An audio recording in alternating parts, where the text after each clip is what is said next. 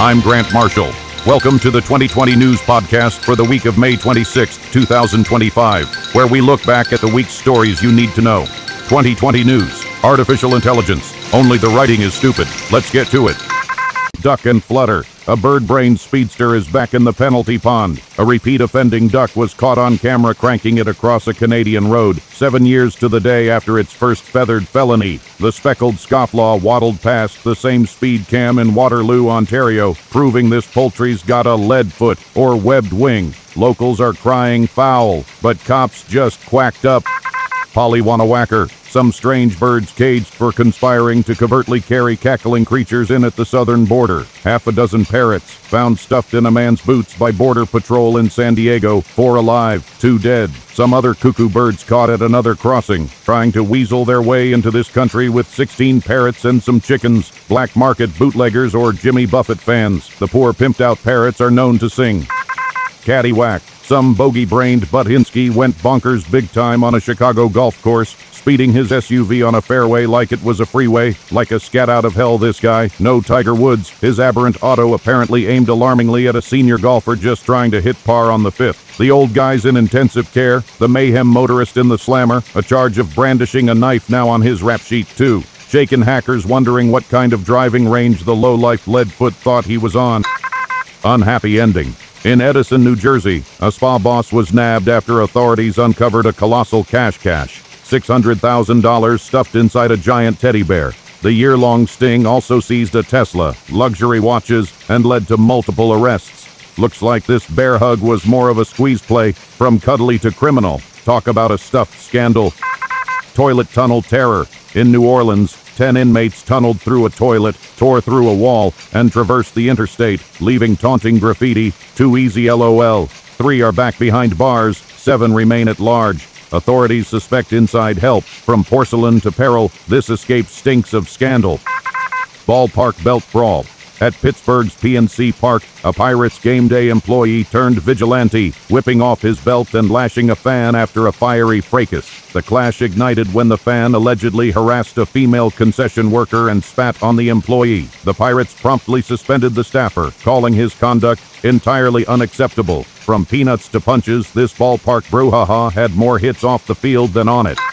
Mall of America. 300 school kids went on some sort of psycho-slap-happy shopping center spree in New Jersey, but no purchases, just pandemonium, purportedly pre-planned, as packs of punks went wacko. The apparent all-call to the mall transmitted over TikTok, the chaos causing coppers to call in comrades from other communities to quell the commotion. No injuries, just a few callers, as the mess of mall rats scattered. Less Murder, She Wrote. America's merciless murder meter is clicking far fewer times these days. CompStat calculations confirm carnage is curtailing, the shocking shebang of shootings dropping by dramatic double digits in many major metro areas. Sherlocks say the breaking good numbers are due to drops in fencing fentanyl and sharper security strategies. Blood shrank redemption. All along the Gotcha Tower. High-wire human fly heroics, tangled up by boys in blue, making a bust in the middle of a photo exhibit in New York. A fearless photographer whose soaring stunt circumventing security and scaling to the summit of the spire atop the Empire State Building to document a dizzying display of beauty below. Collared by cops as he posed proudly beside his Tower of Power pic at a gallery show. The artful dodger brought down to earth on a charge of criminal trespassing. King Kong Kid Kodak caged. Wolves to the Fed. A California judge is transferring a trio of lethal leaders of the Aryan Brotherhood already in custody crime crew to federal prison. Seems the state pen couldn't control the crime kingpins who had the run of the joint. A couple of the killer cons are said to have set up 7 slayings on the streets of LA County from inside the slammer. Cell phones smuggled into the state stalag gave the gang leaders free rein to run a racket and other riches right into their bank accounts. Will killer collect calls continue from Club Fed? Plunder pets. Animals in trouble in a cartel-crippled corner of Mexico. Wildlife sanctuary staffers scrambled to ship a veritable Noah's Ark of exotic pets to a safer site. Threats of extortion and violence issued by the drug cartel had forced the frightened farm to flee. Some of the lions had once been narco-pets reportedly used by the drug diablos to devour enemies alive, terrorized by a taste for terror. Drunk and disorderly. A motorist's mortifying mistake by the lake. Cops near Cleveland called to corral some cuckoo in a car who was clearly canned and cockeyed. But it gets worse. The heat not only smelled booze, the drunk stunk of dung. Seems the slap-happy SOB had soiled himself too. Coppers called the craptacular king out for a sobriety test, which they say he flunked. No word on whether he was driving a BMer, a Dodge Chart, or a Lincoln Continental. Days of thunder and frightening. A couple of clueless crash test dummies were racing like bats out of hell east of San Francisco. The senseless speed satans barreled down an interstate off-ramp, crashing into other clunkers with fast and furious foolery. One of the haywire hellraisers hightailed it. The other demo derby dirtbag was detained by Department Dicks. Smokies say road racing there has become a crash course in chaos.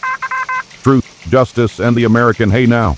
The DA's office in Orange County, California, a miserable lion's den. Guess who said that? The DA himself, under oath. The top dog prosecutor testifying against claims he retaliated against the highest-ranking woman in his office who tried to protect female colleagues from sexual harassment there. The DA choked up on the stand as he denied covering for his purported perv pal accused of being a horn dog. They can't hide their lion eyes. Houston, we have a body. A guy hired to move some furniture in his pickup truck discovered life and death can be like a box of shockers. One cumbersome container caught his curiosity. To his horror, he got a glimpse of a concealed cadaver. The mover tried to U-haul his butt out of there, but the suspect that hired him jumped onto the truck bed just before the carrier crashed. Moving day ended with the cardboard coffin culprit caught by cops. The whack-in-a-box may have been a contractor stiffed by the morbid mover, now a murder mystery, and that's what's happening for the week of May 26, 2025. You can catch our daily reports Monday through Friday on Facebook, Instagram, X, TikTok, YouTube, and LinkedIn, and our weekend roundup wherever you get your podcasts. Be sure to like, follow, and share, and hit the bell to stay informed when new episodes drop. I'm Grant Marshall, 2020 News. Real stories, real fun.